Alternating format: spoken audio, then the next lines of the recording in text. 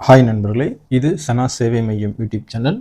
நம்ம சேனலில் இன்றைக்கி என்ன செய்தி பார்க்க போகிறோம் அப்படின்னா, முன்னாள் படை வீரர்களுடைய குழந்தைகளுக்கு கல்வி உதவித்தொகை பெற விண்ணப்பிக்கலாம் அப்படின்னு சொல்லிட்டு அரசாங்கம் சொல்லியிருக்காங்க. இது ஒரு மத்திய அரசு வழங்கக்கூடிய ஒரு கல்வி உதவித்தொகை. இது எப்படி விண்ணப்பிக்கலாம், இந்த திட்டம் யார் செயல்படுத்துகிறாங்க அப்படிங்கிறத தற்போது பார்க்கலாம். அதுக்கு முன்னாடி நம்ம சேனலை சப்ஸ்கிரைப் பண்ணாதவங்க சப்ஸ்கிரைப் பண்ணிக்கங்க, ஃபாலோ பண்ணிக்கங்க. முன்னாள் படை வீரர்களுடைய குழந்தைகளுக்கு தொழிற்கல்வி படிக்கிறாங்க அப்படின்னா அவங்க கல்வி உதவித்தொகைக்கு விண்ணப்பிக்கலாம் அப்படின்னு சொல்லிட்டு மத்திய அரசு அறிவிச்சிருக்காங்க.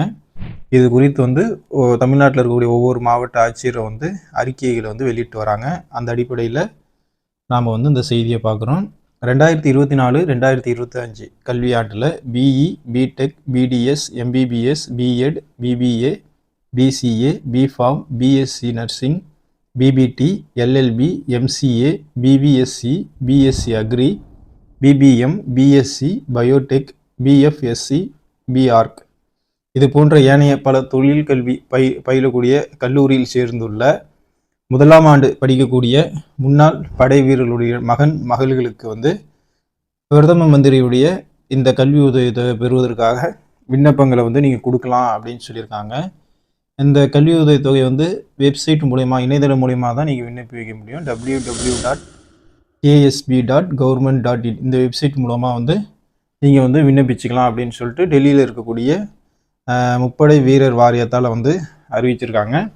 அதை குறித்து செய்தி தான் இப்போ பார்க்க போகிறோம். பிரதம மந்திரியுடைய இந்த கல்வி உதவித்தொகை திட்டம் 2024-2025 இந்த கல்வியாண்டில் தொழிற்கல்வி, தொழில் சார்ந்த கல்வி பட்டப்படிப்பு பயிலக்கூடிய முன்னாள் படை வீரர்களுடைய குழந்தைகள் பயன்பெறும் வகையில் இந்த கல்வி உதவித்தொகையை வழங்கிட்டு இருக்காங்க. முன்னாள் படை வீரர்களின் பெண் குழந்தைகள் மாணவிகளுக்கு மாதத்துக்கு 3000 என்ற அடிப்படையில் ஆண்டுக்கு 36,000 ரூபா கல்வி உதவித்தொகை வழங்குறாங்க. அதே போல் முன்னாள் படை வீரர்களின் ஆண் வாரிசுகளுக்கு மாணவர்களுக்கு மாதத்துக்கு 2,500 ரூபா வீதம் வருஷத்துக்கு 30,000 ரூபா கல்வி உதவித்தொகை வழங்கிட்டு இருக்காங்க. இந்த கல்வி உதவித்தொகை பெறுவதற்கான விண்ணப்பங்கள் முன்னாள் படை வீரர்களுக்கு நேரடியாக இணையதளத்திலேயே நீங்கள் விண்ணப்பிக்கலாம் அப்படின்னு சொல்லியிருக்காங்க.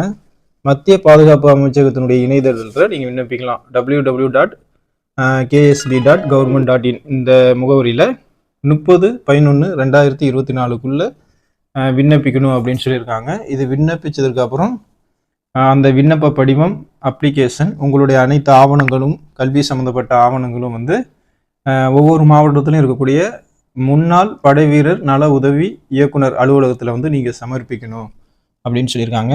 தமிழ்நாட்டில் இருக்கக்கூடிய ஒவ்வொரு மாவட்டத்திலையும் இருக்கக்கூடிய முன்னாள் படை வீரர்கள் இந்த திட்டத்தில் நீங்கள் பயன்படுத்திங்க. உங்களோட குழந்தைகளுக்கு இந்த கல்வி உதவியை பெரு வகையில் நீங்கள் இந்த திட்டத்தில் சேர்ந்துக்குங்க. இதில் நீங்கள் முதலாம் ஆண்டு மாணவ மாணவிகள் தான் இதில் பயன்பெற முடியும். அதே போல் 12ஆம் வகுப்புல குறைஞ்சபட்சம் 60% மதிப்பெண்ணு எடுத்தவங்க தான் இதில் பயன்பெற முடியும். பயன்பெற விரும்பக்கூடிய மாணவ மாணவிகள் 30/11/2024 நீங்கள் விண்ணப்பிச்சிங்க. இந்த தகவலை உங்களுடைய மற்ற நண்பர்களுக்கும் ஷேர் பண்ணுங்கள். நம்ம சேனலை சப்ஸ்கிரைப் பண்ணுங்கள். நன்றி.